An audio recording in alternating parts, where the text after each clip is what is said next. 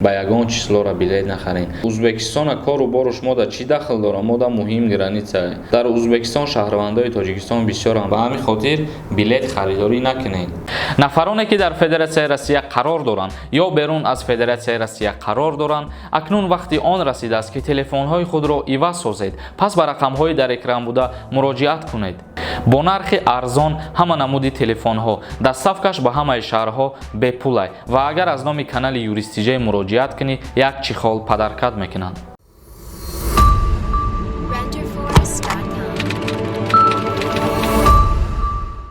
ассалому алайкум ба ҳама тамошобинони барномаҳои канали Юристиҷа. Видеои нави имрӯзаи мо ҷавоб ба саволҳое ки ба мо пешкаш кардагӣ будем ва боз як хабари муҳима ба ҳамаи шумо расонидан ва хотиррасон кардан. Чандин нафаро ба мо суол пешниҳод карданд ки оё интихоботи президентӣ дар ҷумҳурии Тоҷикистон кай баргузор мегардад? Аллакай ба ҳамаи мо шумо маълум аст ки интихоботи президентӣ дар ҷумҳурии Тоҷикистон 11 октябр баргузор мегардад. Комиссияи марказии интихобот ва ҳамапурсии Тоҷикистон эълон кард ки номзадҳои интихоботии раёсати ҷумҳурӣ ин кишвар бояд то рӯзи 15 сентябр худро сабти ном кунанд. Яъне то 15 сентябр ҳар касе ки хича дар вибр дар президентӣ дар номзадӣ мемонад, то рӯзи 15 бояд аллакай ҳуҷҷатгузорӣ карда бошад ва мақсад сабти ном карда бошад. Аллакай рӯзи 16 август як нафар хича ба номзадӣ пешниҳод кардагиай Абдуҳалим Ғафорзода, вакили парлумон ва раиси ҳизби социалистии Тоҷикистон гуфт, дар сурати пирӯзии номзадии ҳизбаш дар интихоботи президентӣ чӣ корҳоеро ба анҷом мерасонад. Яъне ки ваъда кард Абдуҳалим Ғафорзода дар ҳолате ки интихоботаш агар пирӯз бигарда чӣ чизҳоро ба анҷом мерасонида бошад.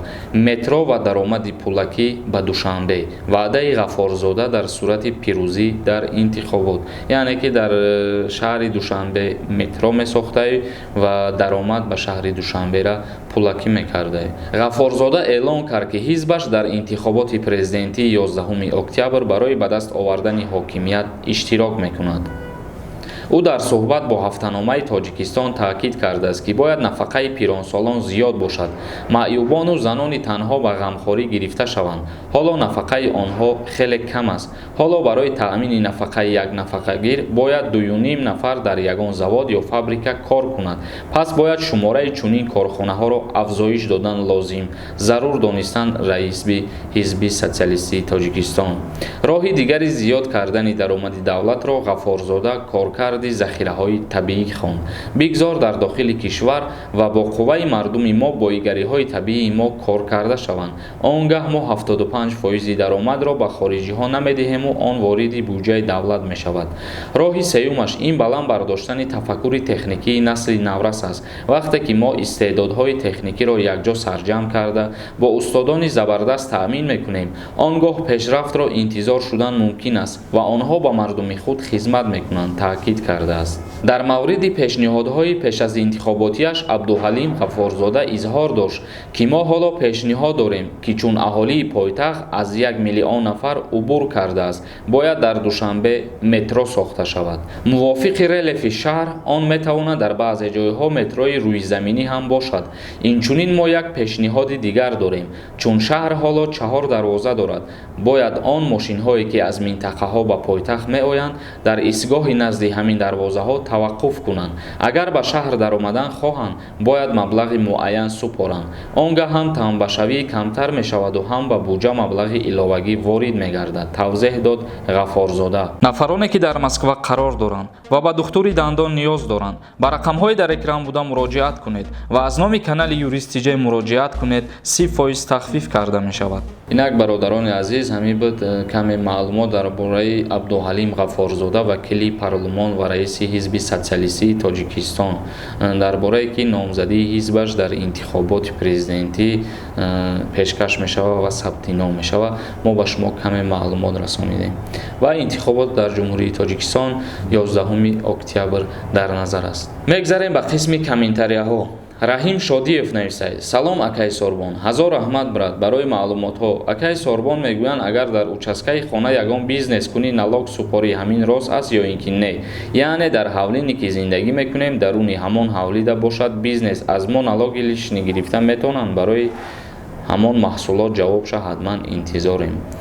яъне ки шумо дар даруни ҳавлитон бизнес мекунед, мағоза мекунед ё ки ягон чизи дигар, албатта ки шумо бояд ҳуҷҷатгузорӣ кунеду налог биспорем барои фоидаи ба даст овардатон ай ҳамон бизнеси кардатон. Фарқ надорад шумо магазин мекушоед ё ки ягон ҷои дистихона мекушоед ё ягон фабрика мекушоед, дар умум бояд шумо налоги давлата пардохт бикунед. Легенда тиҷаи нависад: гап нест, пешравиётона хоҳонем бародаро. як дураи канали морам дастгирӣ кунед. Эҳсон нависад: Сорбон, Узбекистона кору бору шумода чӣ дахл дорад? Мо да муҳим граница.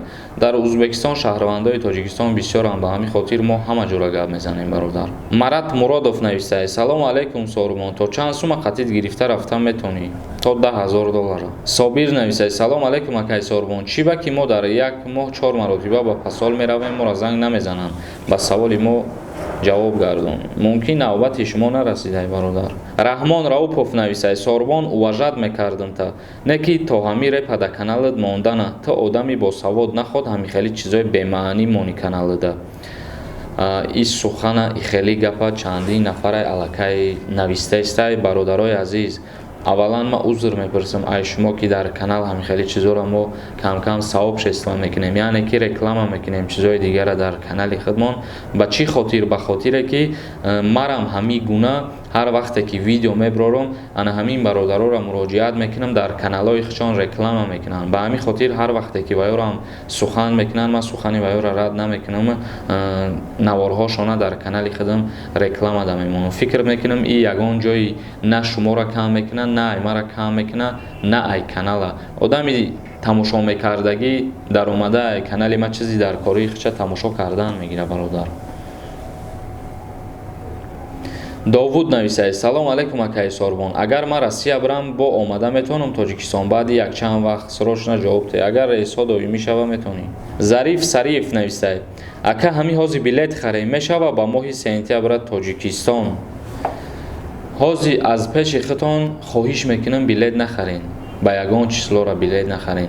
ҳамон вақте ки официально дар ҳама ҷо эълон карданд ки чиптаҳо ба фурӯш баромад, дар ана ҳамон ҳолат шумо метавонед харидорӣ кунед билетотона аз ҳар куҷое ки мехоҳед. ва хоҳиш мекунам дар мавзӯи билет ҳам савол натиҳед ки аз куҷо бихарем, чӣ хеле бихарем, чунки дар ягон ҷо ҳози билет намефурӯшанд. ҳар касе ки мефурӯшад вай фирептон мекунаву парвоз нест, билета мефурӯша, сумтона мегира. Ба ҳамин хотир билет харидорӣ накунед. Муҳаммад нависад: акама дар Москва мондам, агар 1 сентябр дер кунам, мара аз синф меғалтонанд, ма синфи 5. Бо сабабҳои ҳамин беморӣ не, аз синфат намеғалтӣ.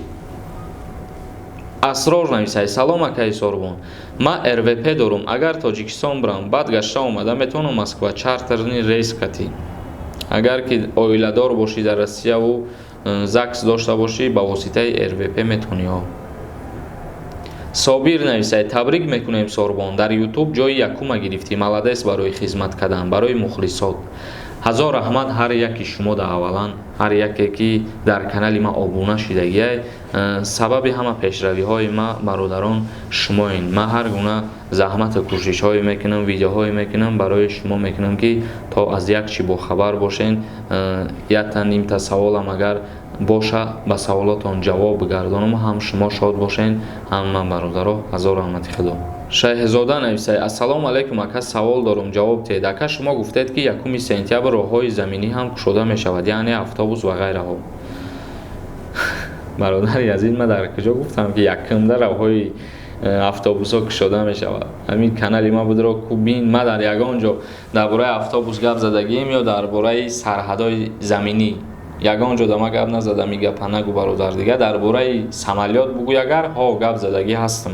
тамошобинони гиромӣ, видеоро ҷамъбаст мекунем. Боз ягон саволи дигар боша, инстаграми ма даромада подписатсия мекунем ва саволҳои худтона равон мекунем. шахсое ки ба саволҳои худтон дер ҷавоб мегирен, хоҳиш мекунам мақсад узр мепурсам ки асабӣ нашена, ҳар гуна гапҳо нанависен, чунки беҳад смс бисёраи бародарони гиромӣ вақт шид иншааллоҳ ба ҳаматон яко як ҷавоб мегардонем. Дар канали Юристиҷей обуна шидана фаромӯш намекунем ва видеоҳои нави моро интизор мешед.